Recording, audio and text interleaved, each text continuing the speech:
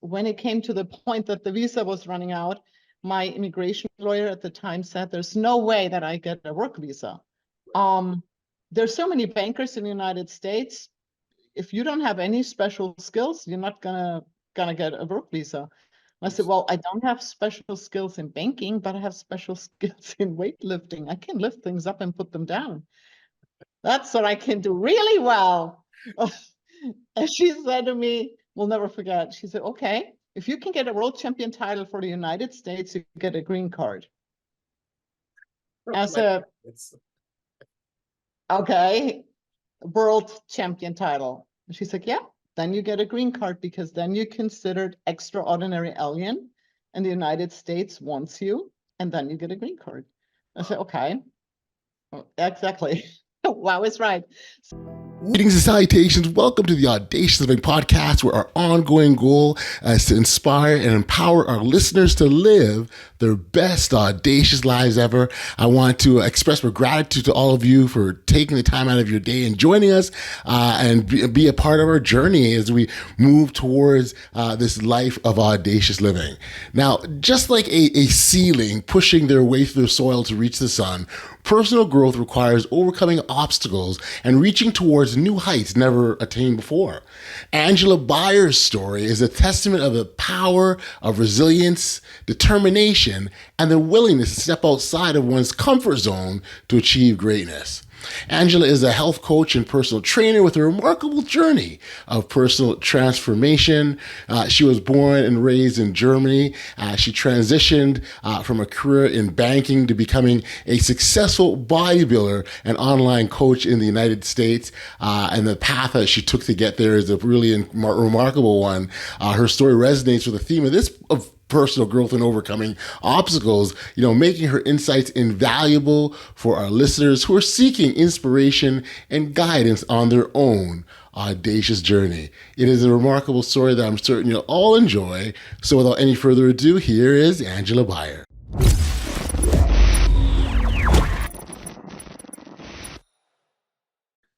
Hey, Angela, thank you for being here and joining me on the Audacious Living Podcast. I appreciate you making the time like this. So thank you for doing this. Oh, thank you for having me. It's always great. And one of the things I oftentimes talk about is, this best audacious life and different ways that we can achieve that. And really what that means, I think, is a different journey for everyone. So because we're not on that kind of same pathway. What I do think is the same oftentimes is the skills needed to sort of get us there, right? The resiliency and determination and focus. These are all very important aspects of getting on that journey to wherever your pathway leads you. I think some of these can resonate with you as an online coach and a bodybuilder, and you help people, and there's a whole aspect of your work that I think falls in line nicely what we talk about here. So maybe as a starting point, I can get you to sort of fill us in on who you are, what you do, and how you got on the path that you're on. Okay. Oh gosh, yeah. I had some up and downs during the journey, but I'm a health coach and I'm a personal trainer. And that's not what I was from the get-go in my adult life. I was in finance and I was a banker. Okay. And I grew up in Germany, very conservative, traditional household. And I remember my dad saying, you have, when I finished school and college came around and so on, he said, you have three options. You either become a teacher, a nurse, or a secretary. And I'm like, okay. So to be honest with you, at that time, I just went with it and I decided to be a banker, and I was good at it and I did what I was supposed to do. Wasn't really fulfilling. And what happened too, I was in a not ideal relationship. So the picture outside was always, oh, she has this career, she has like perfect relationship. It was like this perfect picture on the outside, but inside I was crumbling, and I decided, oh, yeah, it can't be all. And unfortunately, at that time, I developed an eating disorder. This is the only thing like I was able to control. I was just not in a happy place. I developed tremendous health issues, and I had to put a hard stop on it, and I had to turn my life around because I could not have continued like that. So I educated myself a lot in nutrition and training, and I got into the sport a little bit in bodybuilding in Germany. But like I said, I hit a wall. I had to do something, and I drastically decided to go to the United States and learn English. It's always what I wanted to do. I quit my job. I broke up with my boyfriend. Like I said, total different. I went to this country. Where'd that come from? I mean, that's not like a small leap. That's a huge leap. Uh-huh. To be honest with you, like I'm saying, I was dying inside. It was actually painful. Like if you saw I lost all my friends. I was like very like isolated at home. I didn't go out anymore. I controlled my food. I had only depressed, anxious. Like I really, like I said, it came to the point where my body didn't even want to function anymore. I had my blood work was all off. I was skin and bones, over exercise. Like literally, if I would have continued like this, I would have not made it. I had to do something. And yeah, it was very extreme what I did. But on the other hand, it was like an English program. I said to myself, 3 months, let's see, let's heal, let's see what happens. And I always thought like I can go back if I want to. Sure. Was I scared? Yes, I was scared. Oh my goodness. I didn't speak a word of English. I mean, I came with 2 suitcases. I commend and congratulate you because that onto it. So I mean, if you think about the layers and the obstacles that you're faced with, there's the language barrier, there's a new country, there's a new way of living, a new life, all these sorts of things, not knowing anything. And so I mean, I'm not sure I would have done that, to be honest with you. And I'm not sure. I mean, I was always a huge fan of the United States. I mean, loved I mean, we're talking about a person who grew up, I mean, it's not that, not that I was right after the war, it was a little bit later, but we were occupied by the Americans. And when I grew up, literally like US Army tanks drove through my city. And the American soldiers were always very, very good to us. And like I said, if you have not experienced it, there was East Germany with the Russians, which wasn't pretty. And then I was on the West side with the Americans, and they really helped us. I had always good memories with that. And okay, that makes sense. That, yeah, helped me, I think, doing the leap, so to speak. Like I said, my upbringing, was very different. And so I came to the States, I learned English, and I fell in love with the country, wanted to stay. I found an internship at a bank at the time. Again, internship at a bank, something I really not passionate about it. I thought it's the right way to do. And I made very little money. And I was just, again, establishing myself, trying to figure out how it is in the business world. And I was very successful in Germany, and having that handicap of not being able to communicate was huge at that point. But it's all good, and I worked my way through. And when it came to the point that the visa was running out, my immigration lawyer at the time said, there's no way that I get a work visa. There's so many bankers in the United States. If you don't have any special skills, you're not gonna get a work visa. I said, well, I don't have special skills in banking, but I have special skills in weightlifting. I can lift things up and put them down. That's what I can do really well.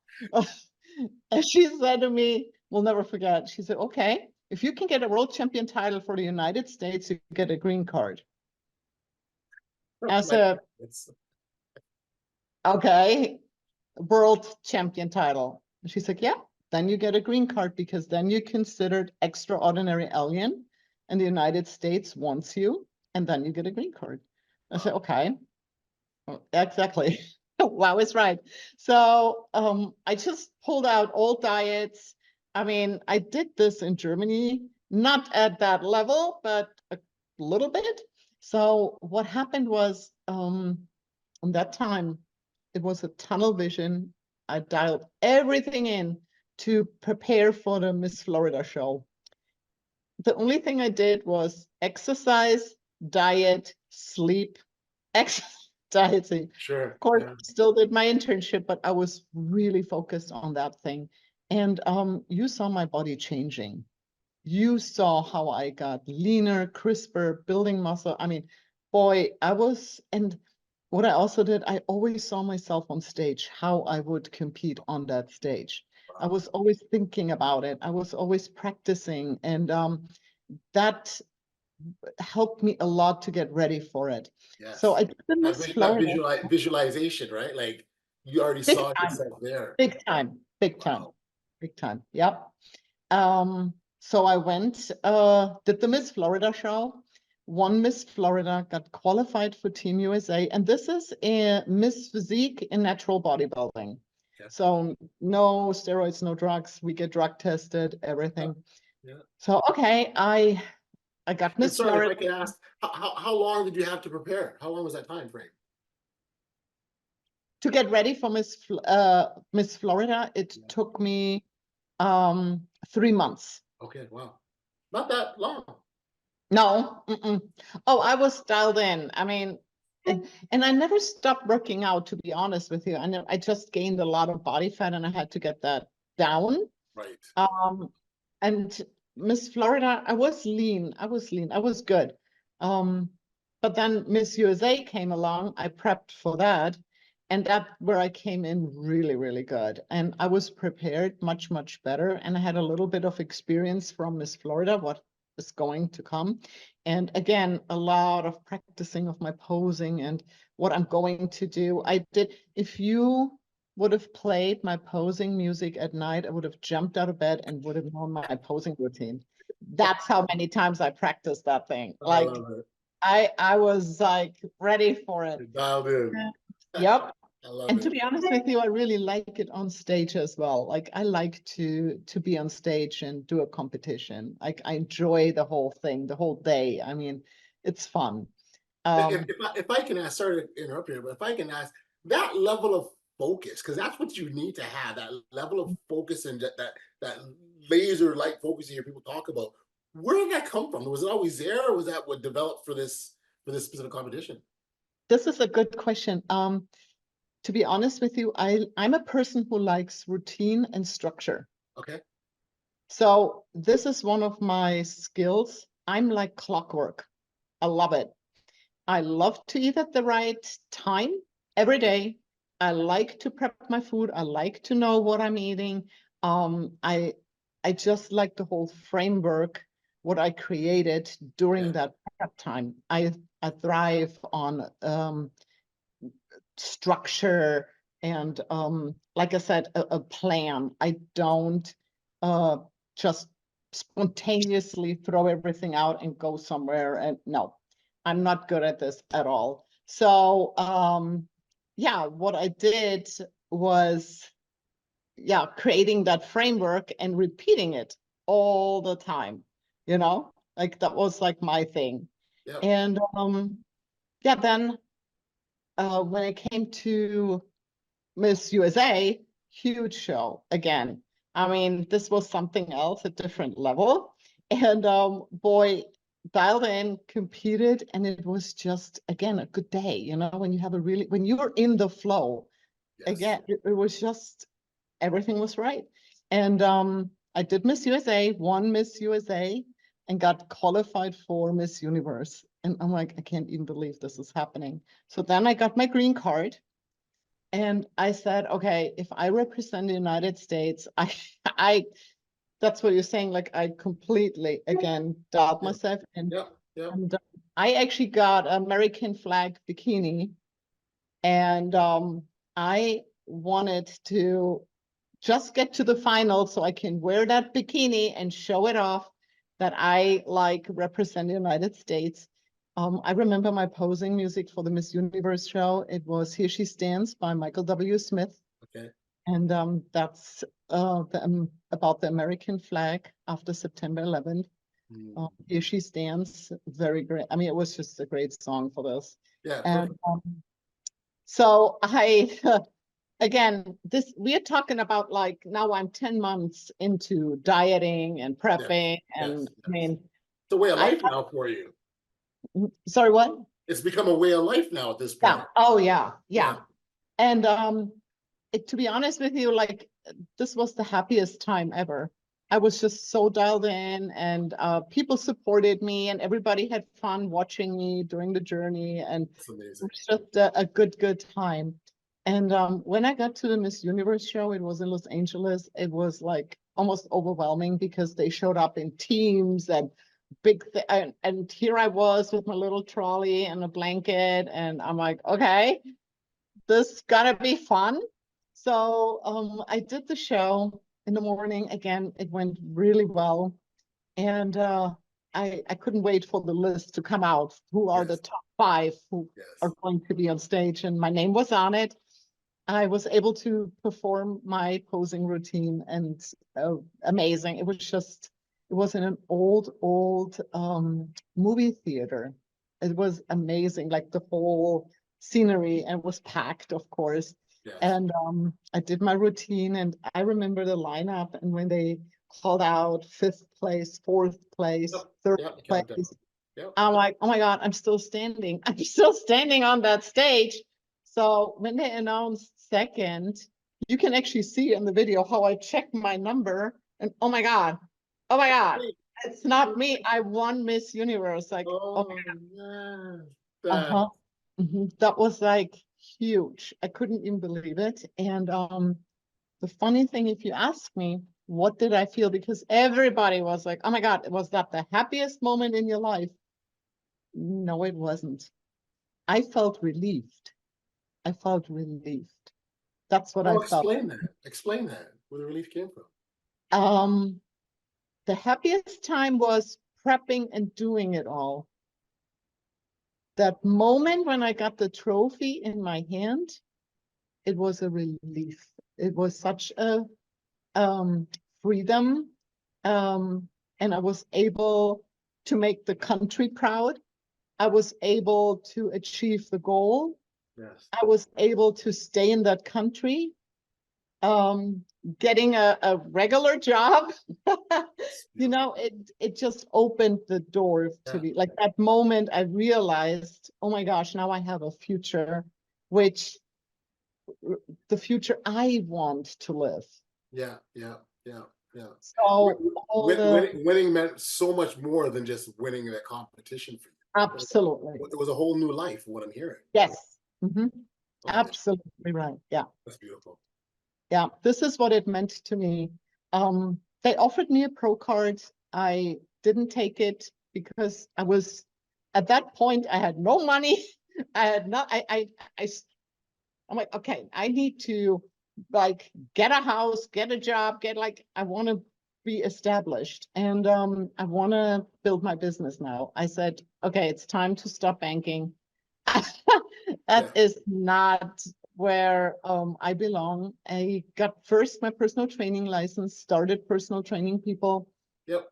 Then I got my health coach degree. I educate myself every year with something. I build it up. But yeah, I just established a nice business. It's called House of Shape, and I train my clients, and I love what I do. And here I am. It's such, again, it's such a beautiful story because of the fact that this was more than just winning a competition, as we just talked about a moment ago. It represented so much more. It Yeah. represented a whole new life. You left your home country to come to a new country and start all over again, and you needed this. Like, people talk about, I need to get this. You needed to get this to be able to put yourself on Right. this new path, which is Correct. just amazing. I love it. Yeah, it was not just a competition. And to be honest with you, I mean, I like the competition, but it's not that I was like just focused on competing and all that. To be honest with you, for me, this is funny how life changes, but when I started out, getting first into the sport, it was more vanity to look good, Sure. into bodybuilding, but it's so much more. Now it represents health, improving your health span, vitality. Yes. And if you look out for your health and you take care of yourself, the body just follows. And it just becomes the right size body, you know, and I just enjoy helping people on that journey and getting there and enjoying the results. So my whole perspective changed as well. Yeah, yeah. I'd love to kind of hear about that transition that you went to helping and coaching others. You know, you were again, you're. I'm certain there's lots of emotions. You're caught up in this moment of all the things you've done. You talked about that journey to get to that point and how happy you were at that point. You have this sense of relief. You're thinking about your new life here in Canada or in the US. Or I'm in Canada. You're in the US. New life in the US, and then all of a sudden you're now helping others. How did you get to make that shift? Okay. Um, I always, all my life, I liked helping others. Okay. I got in trouble a lot of times at work because I stood up for others. Okay. I got fired Okay. Okay. at certain jobs because I spoke up and others didn't. So that is ingrained in me, and I just, like I said, it's a fulfillment too. Okay. I think if you help and give, you receive as well. Yes. It's so much, and this is such a happy place where you can be when you help others, and it always comes back to you. Like it's just a win-win. You Understood. can't Yeah. go wrong. Mm-hmm. Yeah. Is there something that you saw yourself ever doing? Like, you know, sometimes we'll go, oh, one day, you know, I'll do, or does this kind of happen? Just happened. Where did you do it from? Because I was in the flow, because I was okay. I think so many times a label got put on me to Okay. be a certain person, and I was acting like this person, Mm. but I was never truthfully myself. Now, what I did was I mean, sometimes in a very extreme way, like moving to another country, but I was stripping down those labels. I went out of my box, and I wanted to live to my full potential, and I wanted to go to places where other people didn't see me. You wouldn't believe how many times I heard the word no. How many times people told me, "Oh, you can't do that. Oh, no, Mm. no, you can't do that." And guess what? I did it anyway. I did it I love anyway. it. I love it. Mm-hmm. I Mm-hmm. love it. Standing in the face of adversity and saying, okay, watch me do it, right? Yep, yep, all the time. It's the same with fear. I would lie if I say I have no fear. I do have a lot of fears. Mm-hmm. What I do, I put them in the back seat Yep. and I keep driving. I do it anyways. I mean, Same. yes, I do have fear, but I, like I said, do it anyways. And I'm so glad that you spoke to fear because I guess there's a misconception of, you know, people seem to feel that you're not supposed to be afraid, you're not supposed to have fear, but fear is an emotion, right? And no different than being happy or sad, or it's an emotion, and it's Yeah, what you do with that emotion that matters. And so, you know, if you're happy and you choose to remain happy, then things you do to keep your happiness going, you know, that's so fear operates the same way. So if you feed the fear, it'll stay there. But if you acknowledge and go, okay, you know, I'm afraid, but do it anyways, as you said, then you're setting yourself up for great stuff. yeah. I mean, it's interesting. I think the fear just goes away by practice. Yes. I just you have to do it more often, and it's interesting too. A lot of people, what I see in my business, they compare themselves to people who are like 20, 100, Yeah. 10,000 steps ahead of them, and don't compare. You're you and do you. And everybody has a different starting point. Everybody has a different background. Um, I don't accept a no. So if clients say I can't do this or I can't do this, well, maybe not yet, Not yet. I love that. but it'll come. It'll Yeah. come. Yeah. The reason why I love the phrase "not yet," it's so empowering, right? It Right. doesn't say you can't do it. It doesn't say you're not supposed to do it. It doesn't say you don't know how to do it. It just says not right now. And Correct. so if that belief, so it's, and so much of what we do is, built into our belief, right? Built into our belief. So if our belief system says, okay, I'm not doing this now, but I'm gonna do it later, then we're giving ourselves, we actually are empowering ourselves to do this thing that we aren't committing to right now. Right. Right. I mean, this is when I prepped for those competitions. That's the same thing talking about now. And fear. When I think about my preparation, it looked like a huge mountain Mhm, when I look at mhm. the big picture. Yes, But what yes. I did was, okay, I'm doing the diet today and I'm doing my workout today, just today. And you can do today. I told myself that literally. I had conversations with myself. I said, you can do this today. Tomorrow, you maybe eat a pizza or a donut and maybe you skip the workout tomorrow. But today you do the diet and you do the workout. And guess what? Tomorrow never comes. I wake up and it's today again. And I told myself, today you can do this. I did it day by day sometimes. Mm, I did not look at the tomorrow. whole far, Yeah, far that's universe right. journey, That's just right. today. Well, Mhm. and that's the thing. Like any long journey that we go on, it always starts with that first step, and all you Yeah. can control right now is that first step. And so you say, Mhm. okay, and you start, and then as you go, you build up momentum. Like I remember once, I challenged myself to go on this really long bike ride. Right, it was a really really Mhm. long bike ride, and it started off was rough, but I kept going and kept going. I just kept a little bit of time. I'm not racing against anybody. I'm Right. operating at my own pace, and I was fine with that. And I gave myself permission to stop if I needed to, or to slow down, or to catch my breath. Like I was doing all these things, and I remember every so often I would get to like this hill, and at the bottom of the hill, I'm going, "Oh man, I don't know if I can get up this hill." But I look back, and I remember I was like, "How many hills have you got past already? This is just Exactly. one more, right?" And Yeah. and that's sort of the mental self talk that you describe that we go through. Yeah. Yeah. Oh yeah. That's how I do it, and I was successful with it. I mean, that's how I can deal with it. And yeah, most of my days are very automated, so to speak. So I Okay. reduce my stress levels because I know exactly what's going to happen. So if Mm. something is out of the ordinary, I can handle it much, much easier because everything else is automated. In It's order. Yeah. Yeah. uh-huh. Mhm. Yeah. There I is think it not, really, I was yeah, gonna say, I think it really speaks to the significance of sort of when you start something and building that momentum, right? Because it's easier to keep going, isn't it, than just stopping and not. yeah, never stop. Yeah, no, no, absolutely. And you know what you do too. Um, the bodybuilding is such a great job for does such a great job for building willpower Okay.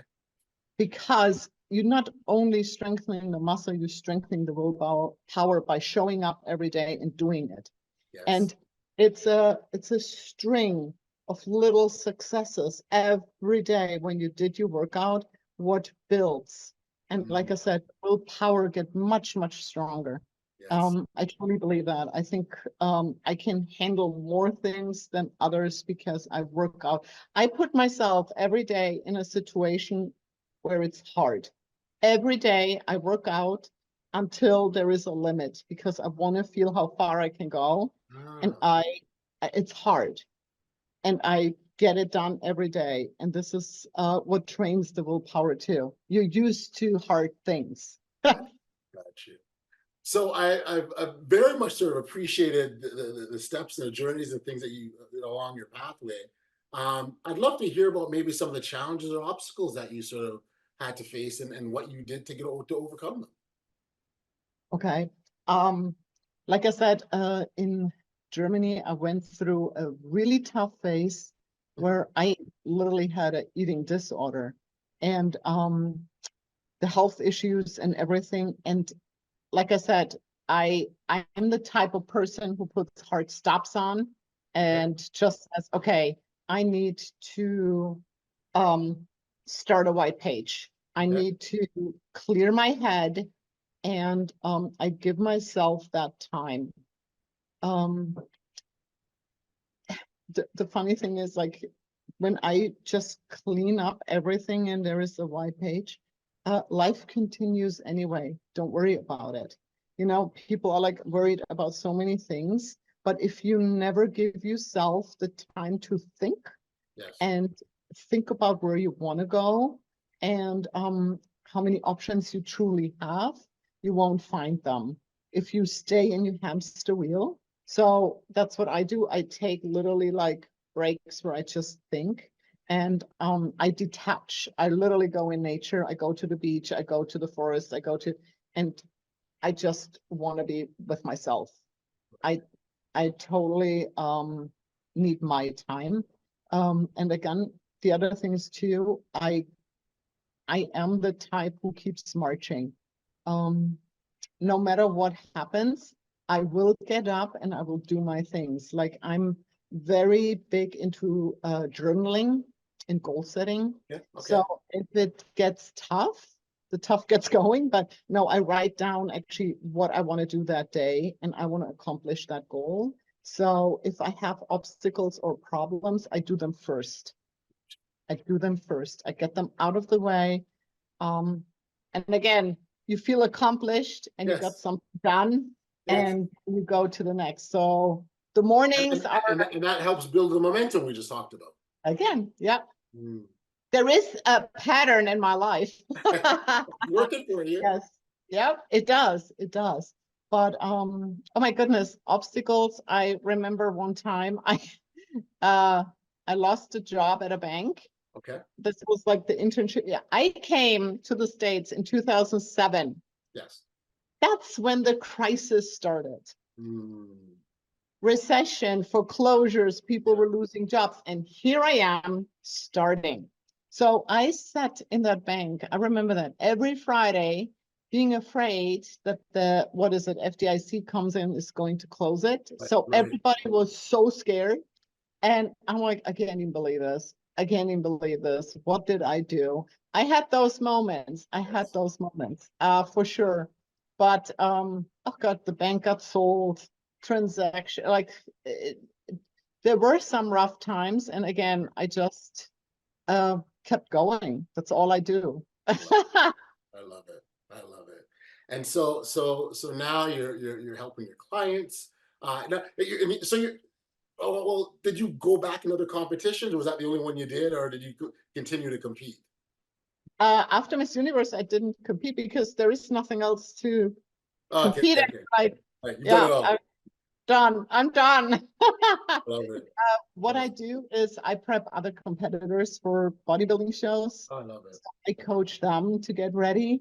And this is one of my specialties, not only bodybuilding shows, but if I have somebody who wants to get ready for a special occasion for, I have a lot of brides, believe it or not, I get them ready for their wedding day, because I can really dial somebody in for a special day to look good.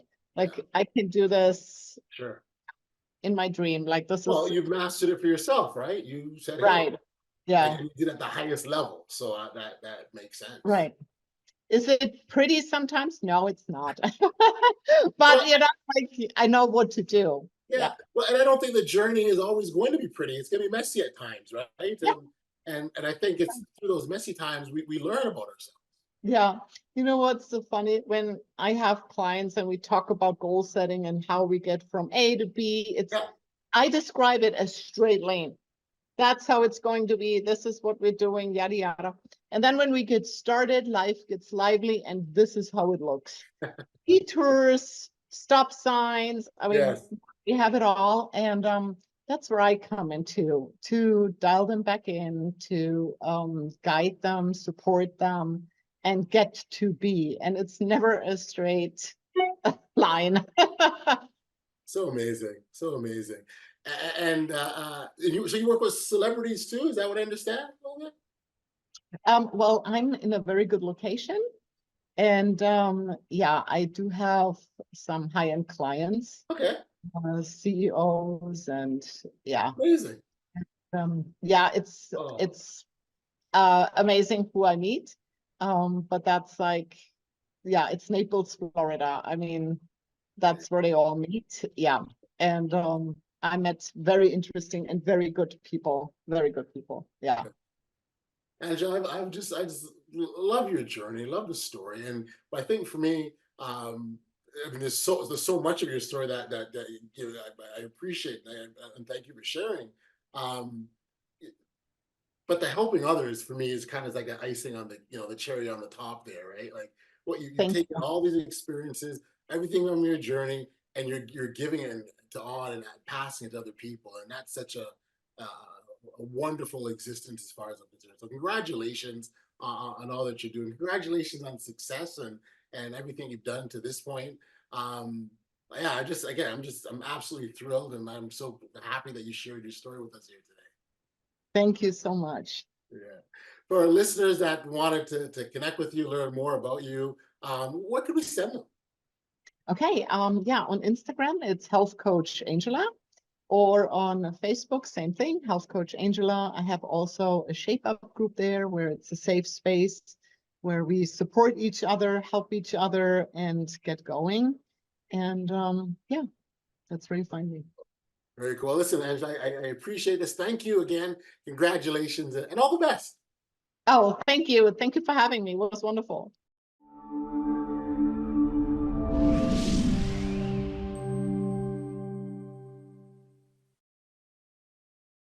Back we are here on the podcast. You know, Angela's story teaches us that it's never too late to make a change and pursue your passion. By stepping out of her comfort zone, facing her fears, and staying focused on her goals, she transformed her life and continues to inspire others to do the same as an online coach and trainer.